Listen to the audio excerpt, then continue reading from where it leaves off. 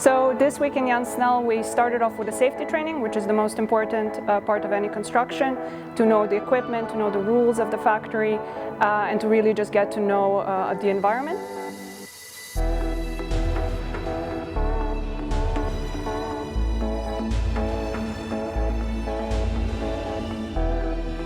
Then we started preparing all the wood for the two modulars of the top-up, cutting, prepping everything, which required a lot of training as well for different machineries. And we started assembling the floor systems and then beams, which will be the joining factor of the two modules.